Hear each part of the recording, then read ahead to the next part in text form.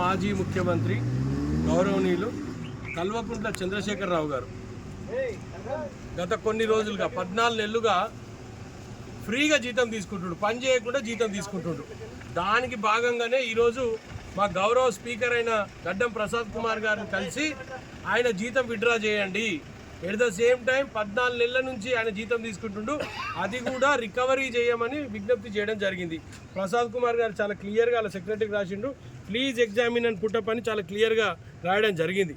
నేను ఒకటే కోరుతున్నా, కేసీఆర్ గారు మీరు ఎవ్వరు ర్యాగింగ్ చేయరు, మరి రేవంత్ అన్నకు మేము చెప్పినాం ర్యాగింగ్ చేయకండి అని చెప్పినాం, మీరు ర్యాగింగ్ చేస్తారని భయపడుతున్నాం. ఏం ర్యాగింగ్ చేయం మేము, 10 ఏళ్ళ ఎక్స్పీరియన్స్ ఉంది నీకు కూడా, చిన్నపిల్లగానివా కొత్తగా జాయిన్ అయినావా, ఎందుకు ర్యాగింగ్ చేస్తాము?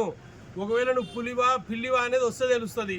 ఇంట్లో కూర్చొని నేను పులిని అని నీ కొడుకు చెప్తున్నాడు, నీ కొడుకు కూడా విజ్ఞప్తి చేస్తున్నా, మీ నాయనని తీసుకురా, ఎవ్వరు మీకు అండగా మేము ఉంటాం, కాంగ్రెస్ పార్టీ అండగా ఉంటుంది, ర్యాగింగ్ చేయకుండా చూసుకుంటాం.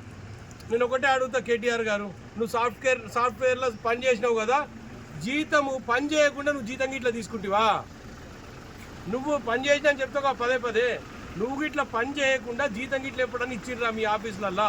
అట్లాంటి ఏదైనా నౌకరు ఉంటే చెప్పు, రాష్ట్రం మొత్తం ఉన్న ప్రజలందరూ కూడా అట్లాంటి